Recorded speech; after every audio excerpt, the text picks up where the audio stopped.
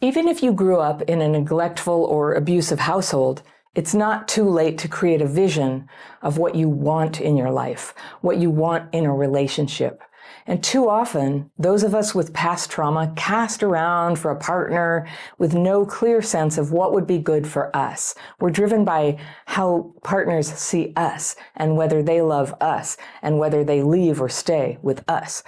What happens when you don't have that clear vision for your life? And what can you do to develop it? My letter today is from a woman I'll call Shira, and she writes, "Dear Anna, I'm in a new relationship about 6 months and I'm having a hard time distinguishing between healthy relationship doubt and unhealthy relationship ambivalence that is sabotaging my new relationship."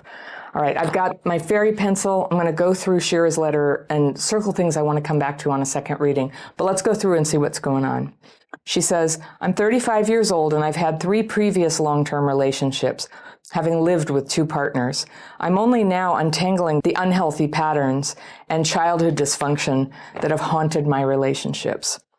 My parents divorced when I was 5. My father never wanted to hear if I was hurt, sad, or uncomfortable. He worked a lot and wanted the quality time with me to be positive.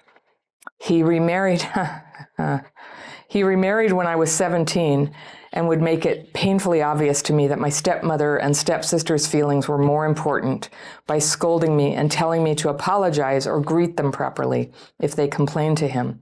Throughout my childhood, my father and I would have screaming matches, and I always felt like I had to be the adult and concede to my father's tantrums. My feelings were never acknowledged by him. I have a great relationship with him now, and I'm grateful, but I know its limits, and I stopped asking for more than he can give." Yeah, that's a rough backdrop. All right. On the flip side, my mother would always listen to me vent about my father's irrational and hurtful decisions, and instead of rallying against him, would try to calm me down and tell me how much he loved me. I'm realizing now that I had 2 modes of conflict behavior throughout my childhood: push it down or melt down. With my dad, I would hold it together until I couldn't, and I would run to cry to my mom on the phone until I calmed down. I remember so clearly being at weddings and family functions, going to the toilet and calling my mom repeatedly in a panic, with a knot in my stomach, holding my breath until she answered. I'm 35 years old and learning how to sit with that feeling and calm myself down. I love your metaphor for turning down the dial on your belly button. Yeah, that's something we talk about. This is emotional dysregulation. My first relationship in my 20s was with a secure partner and overall pretty healthy. During arguments, we would both raise our voices out of frustration, but would eventually land on our feet. That relationship lasted 5 years, and he proposed, but I turned him down. I was too scared of being with the wrong person forever and ending up divorced like my parents, even though that partner loved me a lot. The sexual attraction was thinning, and he became more of a brother than a romantic partner. Part of me wanted to be with someone who was less happy-go-lucky and more intelligent and complex. My next relationship was emotionally and verbally abusive. My ex was abandoned by his parents as a child and raised by his grandparents. He smoked a lot of weed. The arguments were blood-curdling. I would cry in the bathroom after an argument, and my ex would accuse me of being mentally ill and needing medication. We were together 5 years. When that relationship ended, I was grateful to move on and start my life again. My next relationship was the happiest I've ever been. My ex was gentle and made me feel listened to. He was a writer, and it was the first time I felt the intellectual, emotional, and physical attraction grow deeper as the relationship progressed. My ex was smart, charming, hardworking, and thoughtful. I felt like I had won the lottery. I was also proud of myself for speaking up calmly when I felt like there were problems in the relationship, even when I had a knot in my stomach. My ex would address these issues practically, and the relationship felt stable. However, there was tension growing underneath. And only after he abruptly broke up with me did I understand how unhealthy the dynamic was. 2 years into the relationship, we would only really see each other twice a week, and I was discouraged from randomly popping in on him or staying over too many nights in a row. He would tell me that he needed space to write, and it was hard for him to break his schedule. He never wanted to discuss plans too far in advance. I would eventually be invited to family dinners and vacations, but he was always reluctant to commit to anything. Oh, there's the tell, huh? My ex had a lot of childhood trauma. His mother joined a religious cult, and his severely neglectful stepmother raised him. His trauma was so big and dramatic that it also made my childhood wounds feel petty by comparison. It's not a competition.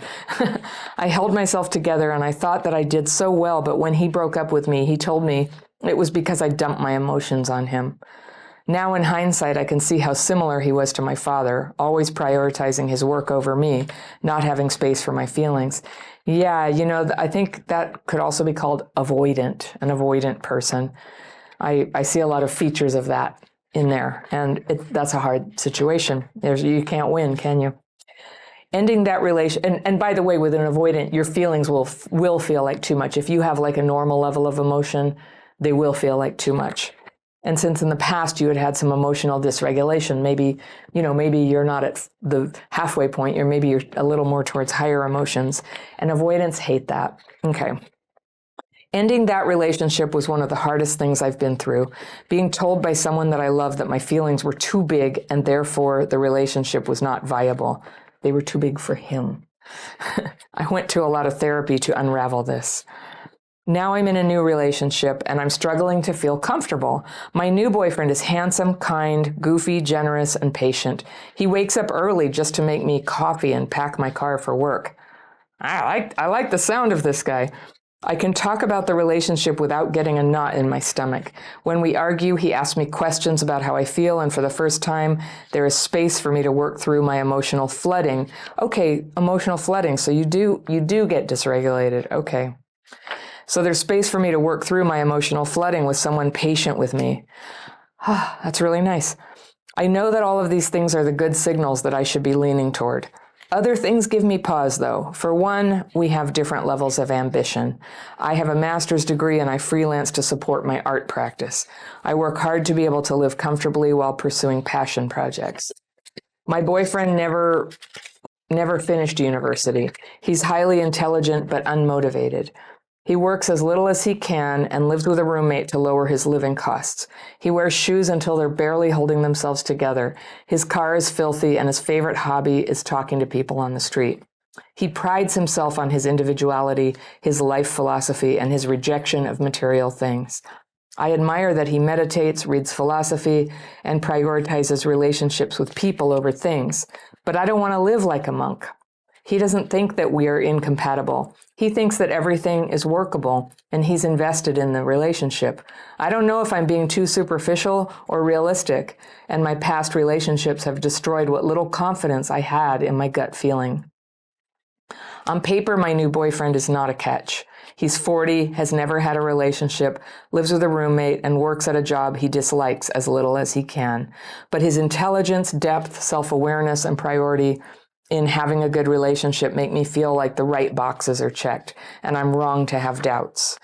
And that is from Shara. Okay, thank you, Shara. I see your dilemma. The thing that stood out to me is that you have fallen in love. You were clear when you loved that third boyfriend, but you don't seem very clear about what you want, what is right for you.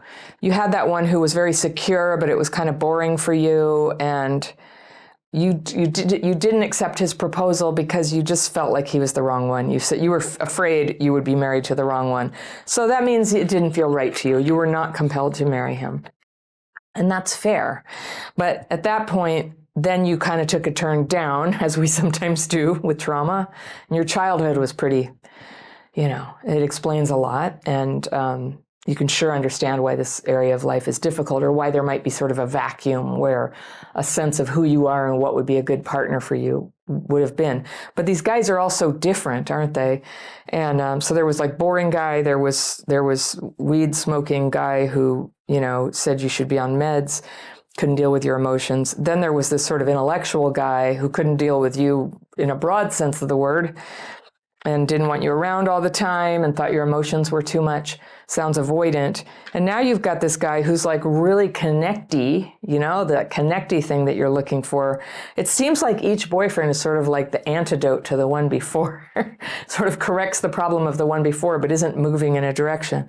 But this guy who's very kind to you and supportive, that does weigh a lot, but I also respect what you're saying. that his non-materialistic lifestyle, it would only make sense to be with somebody if you shared those values with him and they were comfortable for you and you even admired those values, instead of just feeling kind of always disappointed. Like, what about ambition? What about going for things? And I do understand. I like people who meditate and are philosophical and who talk to people in the street. I like all that stuff, but I like when they are trying to create something in the world at somewhere around the level I am. That's ideal. That's compatible. So what I'm suggesting to you is that you get to know what is compatible for you.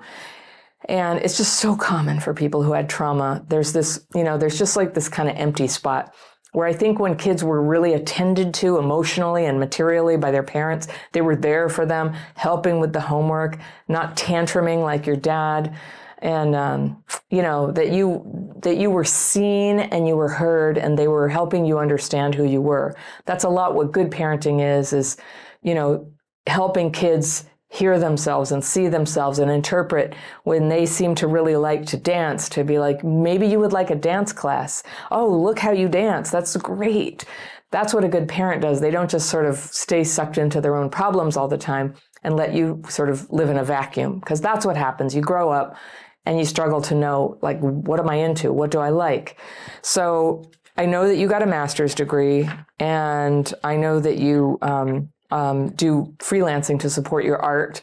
So I get it. Those are ambitious things. The fact of this boyfriend, he's a little extreme on that non-materialist side, but there's technically nothing wrong with what he's doing as long as you're happy about it. And what I hear you saying is you're not happy about it, but you're judging yourself like, shouldn't I be happy for it? And I know what you mean. Trauma takes away that freedom to just do a gut check. It's like, I don't know, I feel skeptical. Like, imagine being so healed that if you were skeptical, you would know that meant, you would know. I think your first order of business, whether you stay with this guy or not, is to really do the work to get clear, like, what do you want? What is your ideal life? If you could have any life you wanted, and let's just say there's no guy in the picture, no partner, just you by yourself, what would be your ideal life? Then if a partner were to come into the picture, what would be their characteristics? And get very specific. In my dating course, this is where it starts. This is the first assignment. You go in and you define these things. And in terms of like the ideal life, you might have 100 things or 200 things. You might as well dream big. You don't have to worry that you're going to get everything that you say. I think we're often afraid to want a lot of things or to want something kind of big because we think, well, I'm not going to get it, and then that means I did the exercise wrong. But when you just imagine what would you really like to have, there's no obligation to make it come true. It's about getting in touch with what you really want. And so then likewise, you do your life and then you do the ideal partner. And what would that look like? What are the characteristics that this person must have and what must they never have? What would not work for you? And get clear about that. Now, it's really hard to do that when you're already in a relationship and you want to save it, because you'll be tempted to go, I totally don't care about, the condition of his shoes, and I don't care whether he lives with a roommate or not. But sometimes our relationships or past relationships remind us of things to put on the list for the future. So sometimes I didn't know to say, I don't want anybody who has a drug problem. I didn't know to put that on my list until I encountered that problem in somebody I was dating. And then I knew I can never do that again. I can never do that again. So I got clear with myself about it. Sometimes we have a hard time sticking to what we know we want. That's like a second level problem. The first level problem is knowing what we want. So I encourage you to do that. Now, for anybody watching this, if you want to do this exercise formally as part of my dating class, it's a big, deep course that takes you through many aspects of meeting somebody, clarifying what you really want, skipping over the part where you get all bonded with somebody who's not available or not right for you, narrowing it down to the people who do fit what you really want. And then I have a structured approach to dating that I teach you. If you want to check it out, you can get all the information and even register by clicking right here. And I'll see you very soon.